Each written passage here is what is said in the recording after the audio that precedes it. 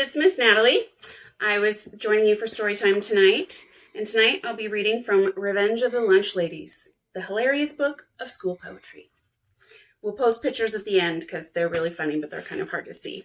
And I colored them in myself. But you shouldn't color in books unless you have permission. All my great excuses. I started on my homework, but my pen ran out of ink.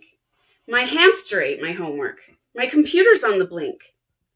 I tripped and dropped my homework into the soup my mom was making. My brother flushed it down the toilet when I wasn't looking. My mother ran my homework through the washer and the dryer. An airplane crashed into our house. My homework caught on fire. Tornadoes blew my notes away. Volcanoes rocked our town. My books were taken hostage by an evil killer clown. Some aliens abducted me. I had a shark attack. A pirate swiped my homework and refused to give it back. So I worked on these excuses so darned long, my teacher said, I think you'll find it's easier to do the work instead. My lunch. A candy bar, a piece of cake, a lollipop, a chocolate shake, a jelly donut, chocolate chips, some gummy worms, and licorice whips. A candy cane, a lemon drop, some bubble gum, and soda pop. Vanilla wafers, cherry punch. My mom slept in while I made lunch. That's actually happened to one of my kids. Revenge of the Lunch Ladies. I went to the lunchroom in there last week on a double dare. I said the meat was too gross to eat and smelled like my underwear. I shouldn't have been rude by making fun of such food. For though they were riled, the lunch ladies smiled and said I had started a feud. Today when I went there to eat, they served up some monkey meat. I ran out quick and I nearly got sick, but then I went back to my seat.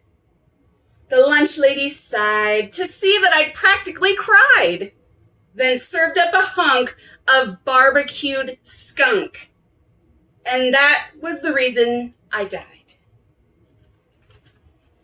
And the last one is what to do with a dinosaur. This morning a dinosaur tromped into school, ferocious, atrocious, and dripping with drool. He had to be practically 20 feet tall. He banged around looking for someone to maul. He stomped and he snorted. He bellowed and roared. He hit the ceiling and busted a board. The beast was undoubtedly ready for lunch. He snatched up a chair in his teeth with a crunch. He stopped for a moment and thoughtfully chewed. It seemed he had smelled cafeteria food.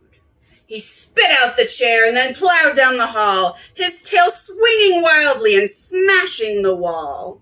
He burst through the doors of the lunchroom to see the lunch ladies cling to their hairnets and flee. He found the lasagna and gobbled it up, then lapped up the lemonade cup after cup. He ransacked the salad bar, plundered dessert, then stiffened and yelped as if suddenly hurt. He let out a howl as he clutched at his side, and then gave out a gasp and fell over and died. So next time a dinosaur comes to your school, think you'll do well to remember this rule. Get out of the way of his bad attitude and make sure he eats cafeteria food. Bye!